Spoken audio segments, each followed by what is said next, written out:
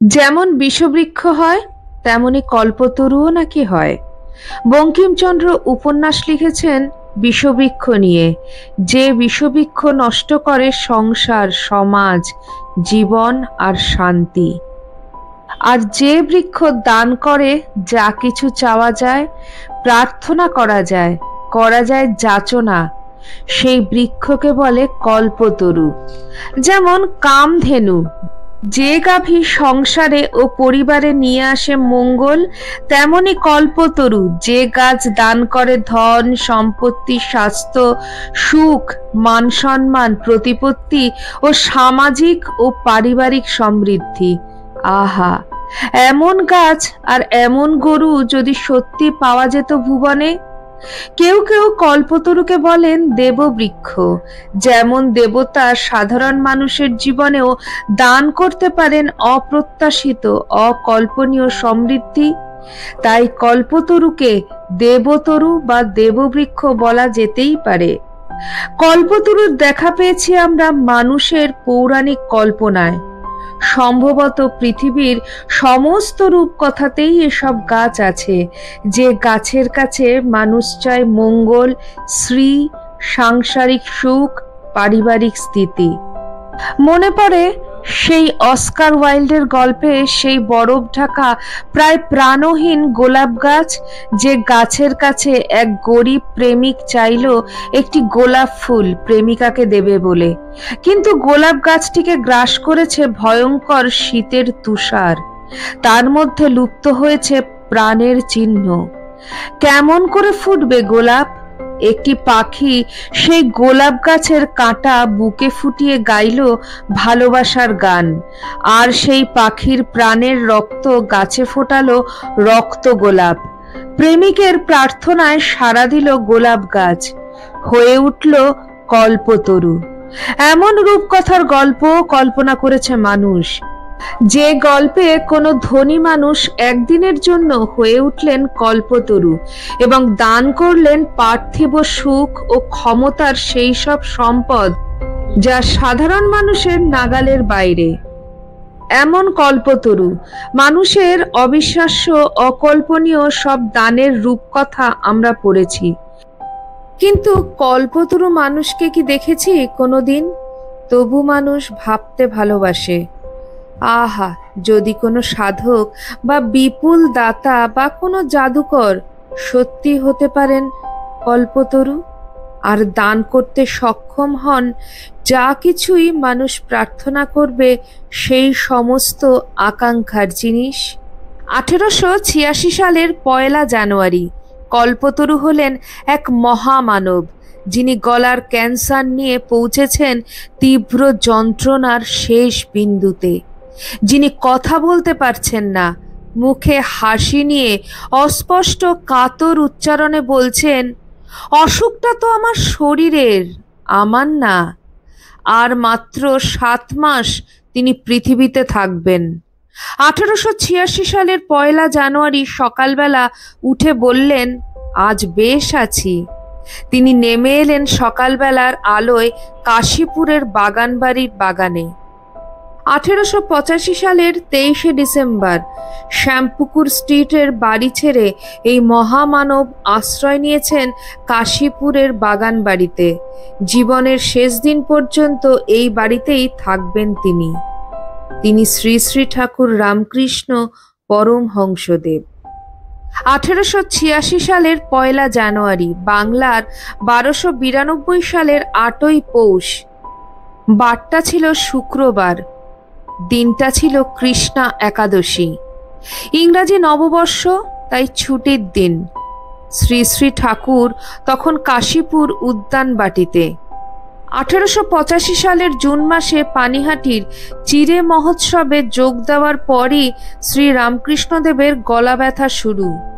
শ্রী রামকৃষ্ণদেবের অসুস্থতা যখন বাড়াবাড়ি পর্যায়ে চলে গেছে, তখন অন্তরঙ্গদের অনুরোধেই ঠাকুর তার দীর্ঘ 30 বছরের লীলাভূমি এবং তার আরাধ্যা মা ভবতারিণীকে ছেড়ে চিকিৎসকের পরামর্শ মতন মুক্ত বায়ুযুক্ত স্থান বেছে তাকে সেখানে আনা হয়। প্রথম 7 দিন বলরামবাবুর গৃহে এবং তারপর শ্যামপুকুরে গোকুল ভট্টাচার্যের ভাড়া বাড়িতে 70 দিন থাকার পরও দেখা গেল ওষুধে খুব একটা কাজ হচ্ছে না।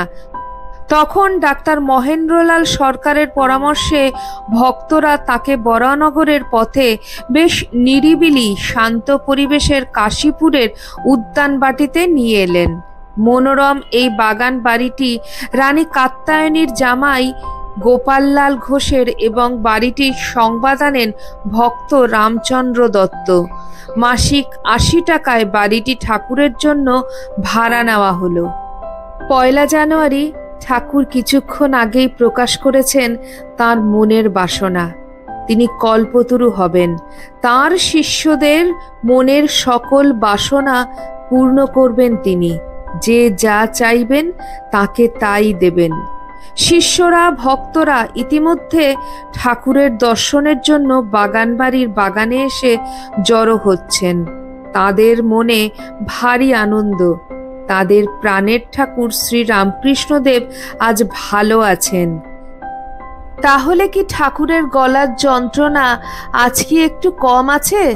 তার এই হঠাৎ আনন্দের কারণই বা কি? ঠাকুর তাকালেন চারিধারে। তার ভক্তদের মধ্যে উপস্থিত কারা? শ্রী রামকৃষ্ণদেবের প্রথমেই দৃষ্টি পড়ল কালীপদর ওপর। কালীপদ ঠাকুরের মাতাল ভক্ত, সারাক্ষণ মদ খেয়ে আছেন, তবু ঠাকুর তাকে বড্ড ভালোবাসেন। কালীপদকে কাছে ডাকলেন ঠাকুর। কি মায়া, মমতা, ভালোবাসা সেই ডাকে। কালীপদর বুকে হাত রেখে ঠাকুর বললেন, কালীপদ, তোর মধ্যে জ্বলে উঠুক আধ্যাত্মিকতার আলো। আর সঙ্গে সঙ্গে এমন কিছু পরিবর্তন এলো কালীপদর মধ্যে। এলো এমন এক আনন্দের প্লাবন যা এই মানুষটি আগে কখনো অনুভব করেনি। এরপর ঠাকুর তাকালেন আবার চারিদিকে। ওই তো গিরিশ ঘোষ, আর ওই তো তার দিকে তাকিয়ে রামচন্দ্র দত্ত, যার চোখ মুখে ঝরে পড়ছে ভক্তি আর প্রেম। শ্রী রামকৃষ্ণ এবার দৃষ্টি রাখলেন অক্ষয় কুমার সেনের ওপর। এরা সবাই এগিয়ে এসে দাঁড়ালেন অসুস্থ গুরুর সামনে। ঠাকুর কি কিছু বলতে চান? তাই তিনি রোগশয্যা ছেড়ে নেমে এসেছেন বাগানে। গিরিশচন্দ্র করজোরে শ্রী রামকৃষ্ণের সামনে গিয়ে দাঁড়ালেন, আর শ্রী রামকৃষ্ণ গিরিশের বুকে হাত রেখে বললেন, গিরিশ, তুমি নাকি প্রচার করে বেড়াচ্ছ আমি স্বয়ং ভগবান। তা কি এমন দেখলে গো আমার মধ্যে? কি গুণাবলীর সন্ধান পেলে যে তোমার মনে হলো আমি ভগবান? গিরিশচন্দ্র ধীরে ধীরে উপবিষ্ট হলেন শ্রী রামকৃষ্ণের সামনে। তার গাল বেয়ে নামছে কান্নার ধারা। গিরিশচন্দ্র বললেন, ঠাকুর, ব্যাস বাল্মীকি যার বর্ণনা করতে পারেননি, ব্যাখ্যা করতে পারেননি যার গুণাবলী, আমি সামান্য মানুষ হয়ে তাকে বর্ণনা করি কি উপায়ে? গিরিশের এই কথায় অপূর্ব আনন্দের এক প্লাবন এলো ঠাকুরের মধ্যে।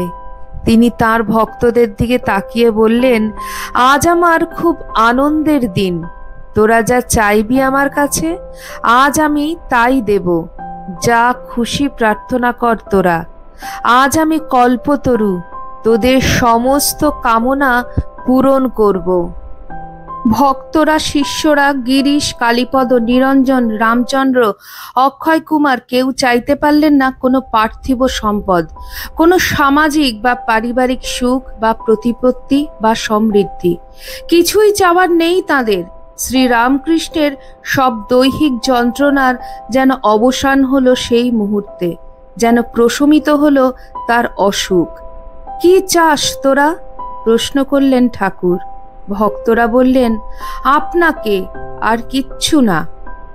ঠাকুর কল্পতরু হয়ে দাঁড়িয়ে ধ্যানমগ্ন। তিনি দীপশিখার মতন সুন্দর দেখাচ্ছে তাকে। ঠাকুর বললেন, তোদের সকলের মধ্যে আলো ফুটে উঠুক। সত্যকে চিনতে পারিস, যেন যেন দেখতে পাস অনাবৃত সত্যের মুখ, যেন জানতে পারিস কি তোদের আসল পরিচয়, যেন তোদের সকলের মধ্যে জ্বলে ওঠে আধ্যাত্মিক অনুভবের বিরল মুহূর্তটি, যার চেয়ে কাঙ্ক্ষিত রত্ন আর নেই। কল্পতরু ঠাকুরের মুখে এই কথা উচ্চারিত হওয়ার সঙ্গে সঙ্গে সকলের মধ্যে ছড়িয়ে পড়ল এক স্বর্গীয় অপার্থিব অনুভূতি। এমন শান্তি তারা প্রথম পেলেন জীবনে। প্রত্যেকের মনে হলো এর থেকে বড় প্রাপ্তি কারোর জীবনে আর হতেই পারে না। স্বয়ং ঈশ্বর তাদের সামনে দাঁড়িয়ে কল্পতরু হয়ে। ঈশ্বর তাদের দিয়ে গেলেন তার শ্রেষ্ঠ দান, আর কিছুই চাওয়ার নেই। রটে গেল এই বার্তা, শ্রীরামকৃষ্ণ আজ কল্পতরু, যে যা চাইবে তার কাছে তাই পাবে। ছুটে এলেন আরেক ভক্ত, হারানচন্দ্র। হারানের যে অনেক কিছু চাওয়ার আছে। ঠাকুর যেন ঘোরের মধ্যে তাকালেন হারানের দিকে। কি চাইলেন হারান? চাইলেন ঠাকুরের আশীর্বাদ। হারানের মাথা পা দিয়ে স্পর্শ করলেন শ্রীরামকৃষ্ণ। আর হারানের কিছুই চাওয়ার রইল না। তার সমস্ত জীবনের ওপর যেন পা রেখেছেন স্বয়ং ঈশ্বর, মনে হলো হারানচন্দ্রর। এর থেকে বেশি কি বা পাওয়ার আছে? অক্ষয় সেন বড় ভালোবাসতেন ঠাকুরকে, নিজেকে সমর্পণ করেছেন ঠাকুরের চরণে, কিন্তু আজও পাননি চরণ স্পর্শের অধিকার। ঠাকুর কি ডাকবেন না তাকে? অক্ষয় দুটো চাপা ফুল এনে ঠাকুরের চরণে রাখলেন। কল্পতরু ঠাকুর অমনি অক্ষয়কে কাছে টেনে তাঁর বুকে রাখলেন নিজের হাতটা। ঘটে গেল এক অবাক অভ্যুদয়। অক্ষয়ের মনে হলো স্বয়ং ভগবান তাকে দিলেন জীবনের মন্ত্র। অক্ষয় বুঝতে পারলেন কে তিনি, অনুভব করলেন অস্তিত্বের অর্থ। অক্ষয়ের কল্পতরু শ্রীরামকৃষ্ণের কাছে চাওয়ার মতন কিছুই অবশিষ্ট রইল না। তিনি উপলব্ধি করলেন ঠাকুর রামকৃষ্ণের মধ্যে থেকে এক বিপুল শক্তি তার মধ্যে সঞ্চারিত হচ্ছে। সেই শক্তি একদিন অক্ষয়কে দিয়ে লিখিয়ে নেবে শ্রীরামকৃষ্ণ পুঁথি। অক্ষয় কিন্তু তখন, অর্থাৎ 1886 সালের 1 জানুয়ারি তা বুঝতে পারেননি শ্রীরামকৃষ্ণের দৈব শক্তি প্রবিষ্ট হলো তার মধ্যে। এর থেকে বেশি কি চাই মানবের? ভক্ত নবগোপাল ঘোষকে ডাকলেন ঠাকুর। বললেন, তোর কি চাই? নবগোপাল চুপ। ঠাকুর বললেন, তোর কাছে আমার কিছু চাওয়ার আছে। দিনান্তে ঈশ্বরের নাম জপ করবি, বুঝলি? নবগোপালের ভারী সাহসী ও সৎ উত্তর, ঈশ্বরের নাম জপ? কি বলছো ঠাকুর? আমার বিষয় সম্পত্তি বাণিজ্য এসব রক্ষে করতে সমস্ত সময় ব্যয় করি আমি। ঈশ্বরের নাম জপ করার সময় নেই আমার, ওসব পারবো না। নবগোপালের মুখে একথা শুনে সামান্য হাসলেন শ্রীরামকৃষ্ণ। খুশি হলেন নবগোপাল সত্যি কথা বলেছেন বলে। তারপর মৃদু কৌতুকে বললেন, শোন নবগোপাল, তুই তো আমাকে খুব ভালোবাসিস। আমার নামটি শুধু একটিবার জপ করতে পারবি নে সারাদিনে? নবগোপাল উত্তর দেন, তা পারবো, কিন্তু তাতে হবে কি?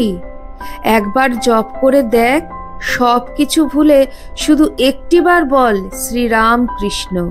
নবগোপাল তাই করলেন। সঙ্গে সঙ্গে আলোর সমুদ্রে ভেসে যান নবগোপাল। বলেন, ঠাকুর, আমি আর কিছু চাই না। ধন সম্পত্তি বাণিজ্য অর্থসুখ কিচ্ছু না। এখন আলোক সমুদ্রে ভাসতে চাই সারা জীবন। গিরিশচন্দ্র ততক্ষণে এক কাণ্ড করেছেন। রান্নাঘর থেকে রান্নার ঠাকুরকে ডেকে এনে ঠাকুরকে বলছেন, আপনি আজ এরও কল্পতরু হন। ঠাকুর তাই করলেন। গিরিশের প্রার্থনা রাখেন ঠাকুর। রান্নাঘরের ঠাকুরের সারা শরীর মন জুড়ে ছড়িয়ে পড়ে শুধু শান্তি। সেই শান্তি ও সুখ কেউ কেড়ে নিতে পারে না তার কাছ থেকে বাকি জীবন। এরপর উপেন মুখার্জিকে জিজ্ঞেস করলেন শ্রীরামকৃষ্ণ, আর তোর কি চাই উপেন? শ্রীরামকৃষ্ণ যেন জানেন কি চাইবেন উপেন। উপেন বলেন, আমি চাই শুধু অর্থ। অর্থ ছাড়া আর কিছুই চাই না আমি। অর্থই সব। ঠাকুর শ্রীরামকৃষ্ণদেব বললেন, উপেন, একটু ভেবে বল। উপেন বলেন, ভেবেই বলছি, আপনি আমাকে অর্থ দিন। ঠাকুর উপেনের মাথায় হাত রেখে বলেন, তবে তাই হোক উপেন, তুই যখন জ্বালা যন্ত্রণা অশান্তিই চাস তাই পাবি, অনেক অর্থ হবে তোর। উপেন মুখোপাধ্যায় অর্থের সমুদ্রে ভাসলেন একদিন, আর ক্রমাগত রক্তাক্ত হলেন হাঙরের কামড়ে। এমন যন্ত্রণার জীবন হতে পারে? ক্রমশ মনে হতে লাগলো উপেন্দ্রর। শ্রীরামকৃষ্ণ পরমহংসদেব তখন ইহলোকে নেই। সেদিন ঠাকুর লাল পেড়ে ধুতি পরেছিলেন, গায়ে দিলেন সবুজ বনাতের জামা, মোজা পায়ে চটি জুতো পরলেন। পায়ের জুতোটি লতাপাতা আঁকা, মাথায় আঁটলেন কাপড়ের কানঢাকা সবুজ টুপি। রোগশীর্ণ মুখখানি সূর্যের দীপ্তিতে ঝলমলে, করুণার রসে লাবণ্যপূর্ণ। চোখে আজ তার বিশ্বরূপ দর্শনদানের ইঙ্গিত। রামলাল ঠাকুরকে সাজিয়ে দিলেন। সাজগোজ শেষ করে নিজেই হেঁটে নেমে চললেন সিঁড়ি বেয়ে। সেদিন সবাই দেখলেন ঠাকুর সিঁড়ি দিয়ে নেমে আসছেন। নরেন্দ্রনাথ দত্ত এবং অন্যান্য সন্ন্যাসীরা ভাবলেন আগের দিন রাতে তারা তপস্যা করেছিলেন বলেই বোধহয় ঠাকুর নিচে নেমে এলেন। ওরা তখন সবাই নিচে একটা ঘরে বিশ্রাম করছিলেন। ওদিকে শরৎ মহারাজ আর অদ্ভুতানন্দজি মহারাজ অনেকদিন পর ঠাকুর রোগশয্যা ত্যাগ করে নিচে নেমেছিলেন বলে সেই অবসরে ঠাকুরের ব্যবহৃত বিছানা রোদে দিতে ব্যস্ত ছিলেন। ভক্তদের উল্লাস তাদের কানে গেলেও তারা নেমে আসার কোনো উৎসাহ দেখাননি।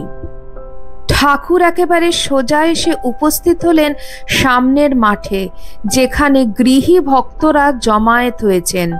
চলে এলেন সেই গৃহীদের আহ্বানে, যারা পাপী তাপী দুর্গত, নানা বেদনায় জর্জরিত, সংশয়ে অবিশ্বাসে পীড়িত, আকাঙ্ক্ষা অহংকারে অভিভূত। প্রায় 30 জন গৃহী ভক্ত এসেছেন। সবাই ভাবলেন, এ কি সত্যি নাকি দিবা স্বপ্ন? একসাথে এতগুলি লোকের দৃষ্টিভ্রম কিভাবে হয়? হঠাৎ করে ঠাকুরের আশীর্বাদে বা দিব্য স্পর্শে উপস্থিত ভক্তদের ভাবান্তর ঘটল।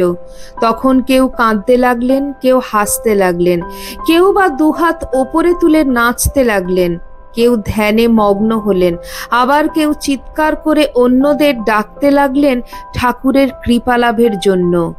অবশেষে এলেন ঠাকুরের স্নেহের মাস্টার মহেন্দ্র গুপ্ত। বড় স্নেহের মহেন্দ্র কৃপা পেলেন অবশেষে। মহেন্দ্রর শীঘ্র হবে, আশীর্বাদ করলেন ঠাকুর। উপস্থিত ভক্তদের মধ্যে কেবল 2 জনকে ঠাকুর এখন নয় বলে কৃপা করলেন না বা স্পর্শ করলেন না। তারা খুবই দুঃখিত হয়েছিলেন। এদেরই একজন হরমোহন মিত্র। পরে ঠাকুর তাকে কৃপা করলে তার যে অনুভূতি হয়েছিল, তাতে তিনি ভ্রু যুগলের মধ্যে অনেক দেবদেবীর দর্শন পেয়েছিলেন। আর একজন প্রতাপচন্দ্র হাজরা। ঠাকুর অবশ্য তাকে মৃত্যুকালে সশিষ্য দর্শন দিয়ে ধন্য করেছিলেন। শ্রী শ্রী রামকৃষ্ণ পরমহংসদেবের অকাতরে আশীর্বাদ দানের এই ঘটনাটিকে রামচন্দ্র দত্ত প্রমুখ গৃহী ভক্তেরা কল্পতরু নামে চিহ্নিত করেন। ঠাকুরের ত্যাগী সন্তানদের মতে ঠাকুর ছিলেন নিত্য কল্পতরু। তার কাছে যা চাওয়া যায় তাই লাভ করা যায়।